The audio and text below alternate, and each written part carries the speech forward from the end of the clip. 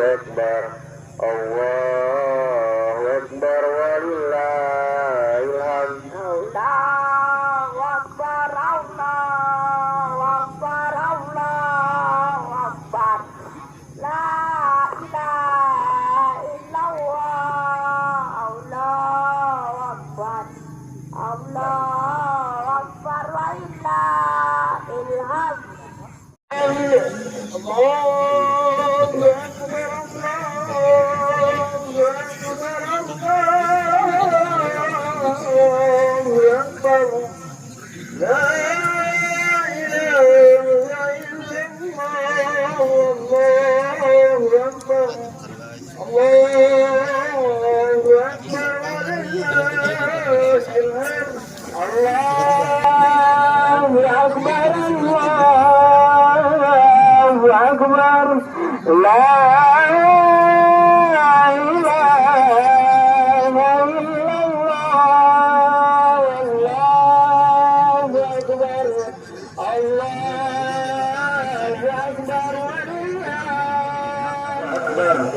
Allahu Akbar, Allahu Akbar, Allahu Akbar, Allahu Akbar, Allahu Akbar, walillahil hamd.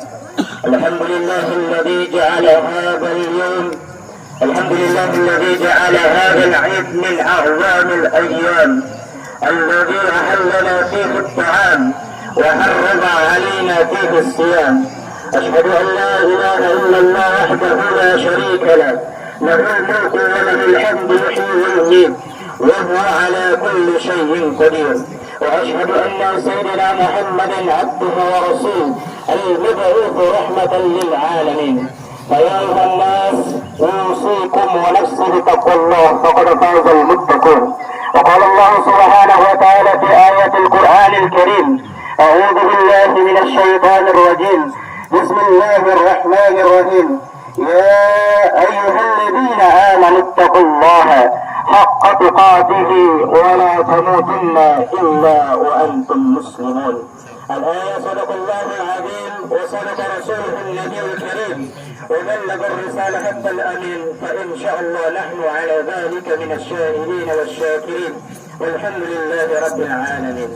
Kaum muslimin yang dirahmati oleh Allah Subhanahu wa taala, di pagi hari yang disinari oleh matahari dari Allah Subhanahu wa taala, menandakan bahwa kemenangan umat Islam telah hadir di hadapan kita.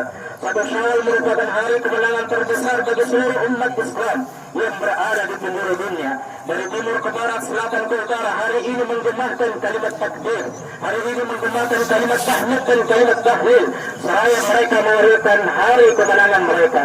Menang bukan dari hasil angkat senjata, menang bukan dari hasil melawan musuh. Sebagaimana saudara kita yang puasa dari pertama hingga akhir, mereka berpuasa dengan anak-anak peluru, mereka salat penuh dengan anak-anak peluru. Siapa lagi kalau bukan saudara kita yang hari ini dijajah oleh Israel laknatullah, yaitu Palestina.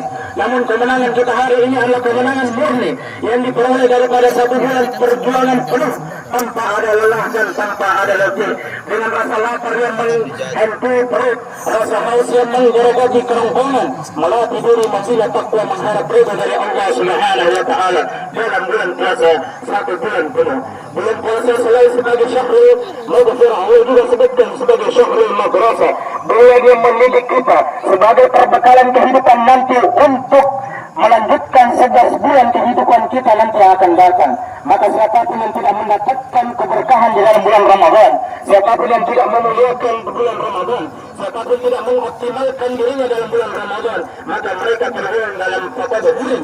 Mereka tidak akan pernah sama sekali mendapatkan kemuliaan dari Allah Subhanahu wa taala.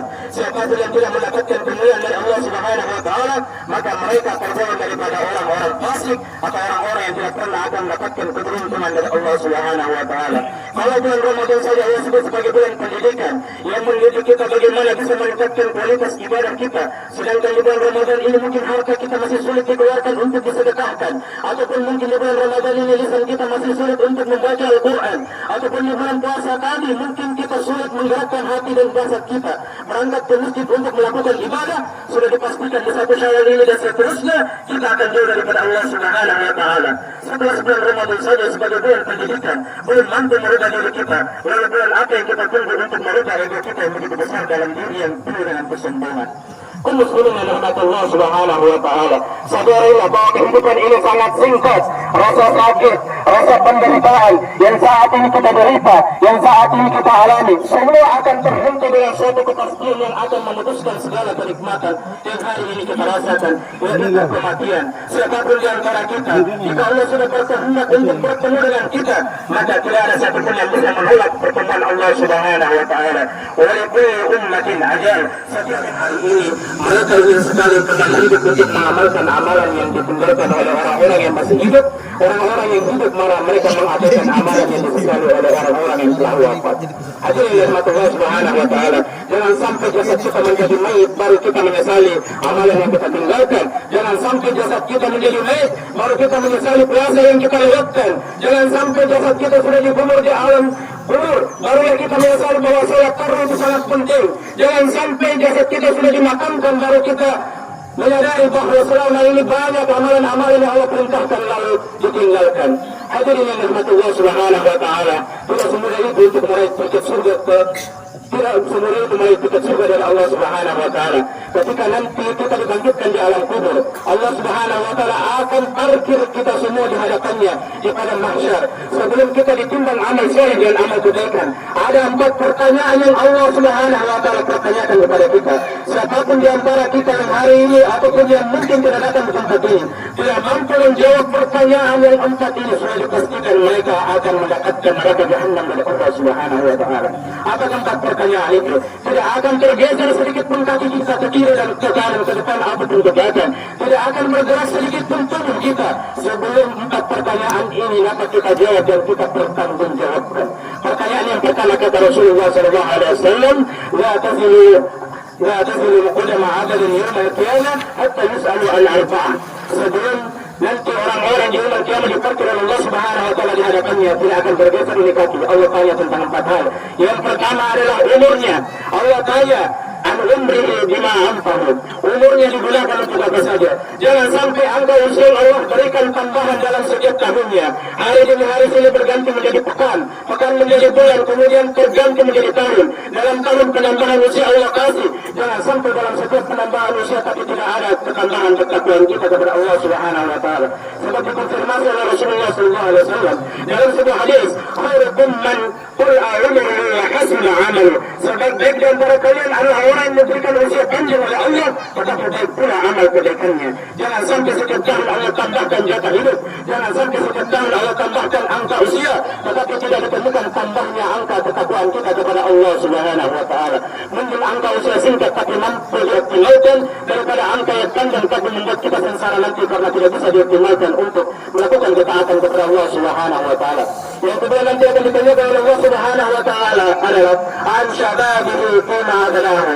Masa mudamu engkau habiskan untuk apa? Allah tidak bertanya masa kecilmu, Allah tidak akan bertanya masa tuamu, karena masa tuamu adalah hasil daripada mudamu. Maka yang akan Allah tanya adalah masa mudamu. Engkau habiskan apa masa mudamu semasa hidup? Apakah engkau habiskan dengan kemaksiatan, kezaliman, atau engkau habiskan kepada sesuatu yang kurang bermanfaat? Maka kata Sayyidina Ali, umat ini akan maju ketika para pemudanya bersatu. Umat ini akan berjaya ketika para pemuda-pemudinya bersatu.